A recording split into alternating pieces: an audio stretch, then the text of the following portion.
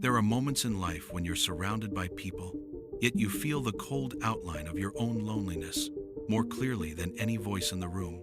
Sarah felt it the second she walked in.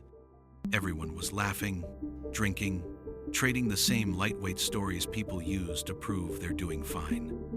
But beneath all the noise, she sensed something else, tiny fractures in their voices, emotions leaking through polished smiles, truths trembling just below the surface. It was like watching a movie with the sound turned down. The scenes played normally, but she could see the parts no one else noticed, the hesitation, the swallowed hurt, the worry hiding in the corners of their eyes. The entire room was speaking one language, and yet Sarah felt like the only one hearing the real one underneath.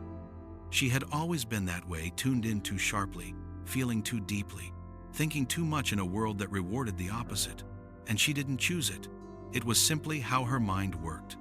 While everyone else glided effortlessly across the surface of conversation, Sarah sank straight to the bottom. When someone said they were fine, she heard the strain in their breath. When someone laughed too loudly, she caught the exhaustion behind it. She didn't know how to unsee these things any more than she could choose to stop hearing. It wasn't a skill. It wasn't a talent. It was simply her reality. The strange part was how early it had begun. Even as a child, she asked questions no one wanted to answer. Why does Dad smile when he's sad? Why do we pretend everything's okay when it isn't? Why do grown-ups tell kids to be honest but lie all the time? Adults brushed her off, telling her not to overthink, not to ask weird questions, not to make things complicated. And so she learned the first painful truth of her life. Most people don't want honesty. They want comfort.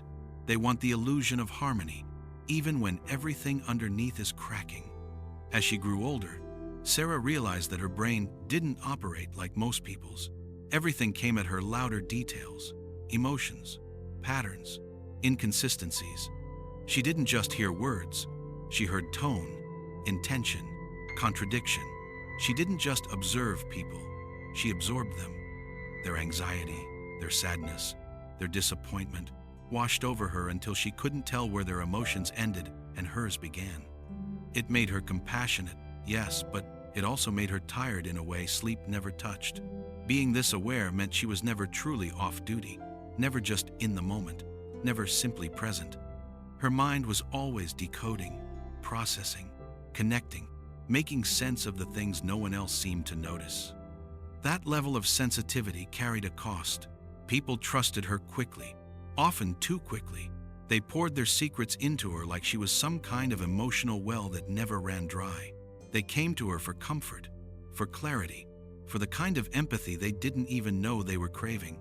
And she gave it because to her, caring wasn't a choice. It was automatic, instinctive.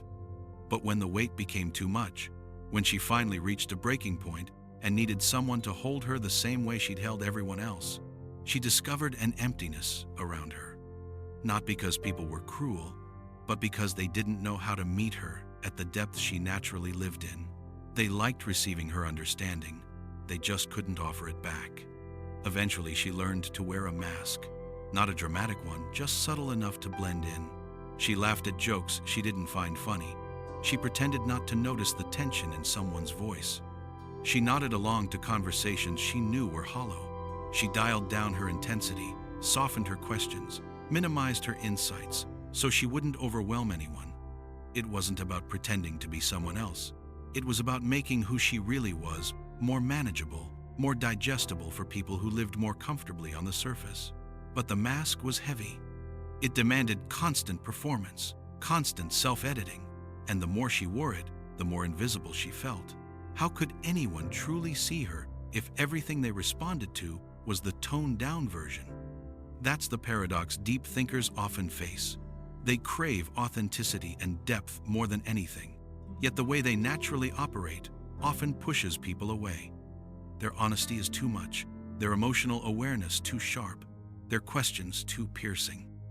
They don't mean to make others uncomfortable, but truth has a way of unsettling the parts of people that prefer not to be examined. And so deep thinkers learn to hold back not because they want to be shallow, but because they've learned the hard way that their full self is a lot for most people.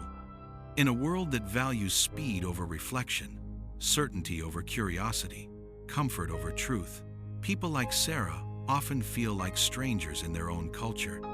Society teaches us to stay distracted, to avoid discomfort, to prioritize being agreeable over being real. The deep thinker, however, is wired for the opposite. When something feels off, they can't ignore it. When something doesn't make sense, they need to understand why. When something hurts, they feel it completely. To them, authenticity isn't a luxury, it's oxygen. There's a certain loneliness that comes with that kind of existence. Not the loneliness of having no one around, but the loneliness of having no one who understands the way you experience the world. You can be surrounded by friends and still feel like you're sitting behind a pane of glass, watching life happen from a distance. It's the loneliness of being too much for most people, yet not enough for yourself when you try to tone it down. The loneliness of feeling invisible even when people appreciate your insight. The loneliness of always being the one who understands, but rarely being understood in return. And yet, despite the pain, there's a quiet strength in deep thinkers that most people never see. They carry their wounds with dignity. They transform heartbreak into wisdom. They turn silence into understanding. They have a kind of inner resilience that grows from years of feeling deeply and thinking honestly. Many of them become the healers of the world, not because their lives have been easy, but because they've learned how to navigate the difficult parts of existence without shutting down. Their empathy is sharpened by their own scars.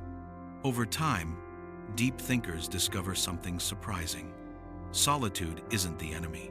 In fact, it becomes a kind of sanctuary, away from noise and small talk, away from expectations and masks. They can finally breathe. Being alone allows them to recalibrate, to separate their own emotions from the ones they've absorbed, to return to themselves without interference. It's where they feel most grounded, most authentic, most at home. For them, solitude isn't a sign of failure. It's a form of self-preservation. But eventually, a question begins to echo inside them. Where are the people like me? The truth is, deep thinkers exist everywhere. They're just hidden, camouflaged by the same masks they wear to survive. You find them in the quiet corners of bookstores, in conversations that start normally but suddenly become meaningful, in the people who ask follow-up questions because they actually care about your answer. They recognize each other through subtle signals, a certain way of listening, a clarity in their eyes, a shared understanding that doesn't require explanation. When two deep thinkers meet, it's like the room shifts. The air becomes calmer, richer, more honest. There's no need to pretend, no need to perform. Just recognition finally, someone who speaks your internal language. Deep thinkers eventually realize that their depth isn't a flaw. It's a form of resistance in a world built on distraction. Being thoughtful in a society that avoids thinking is an act of rebellion. Being sensitive in a culture that numbs itself is an act of courage. Caring deeply in a world that rewards detachment is a radical choice. They don't have to fix the world or rescue everyone they meet. Their presence alone, steady, honest, aware, is enough to shift things around them. Every time they refuse to pretend, they give others permission to be real. Every time they choose truth over comfort, they create space for others to do the same. Their influence doesn't ripple loudly, it ripples quietly, but further than they know. If you recognize yourself in Sarah's story, then this isn't just a description, it's an invitation. Stop apologizing for your depth. Stop shrinking to fit rooms that were never meant to hold you. Stop believing the lie that sensitivity is weakness, or that caring too much is a flaw. You are not too much. You are not broken. You are simply awake in a world that prefers to stay asleep, and people like you are needed more than ever. You don't need to become less. You just need to find the places and the people who can hold what you naturally bring. Somewhere out there are others who see the world the way you do, who feel the same complexity, who crave the same authenticity. They are searching for you as much as you are searching for them. And when you meet, you will understand something quietly powerful. You were never alone. You were simply early.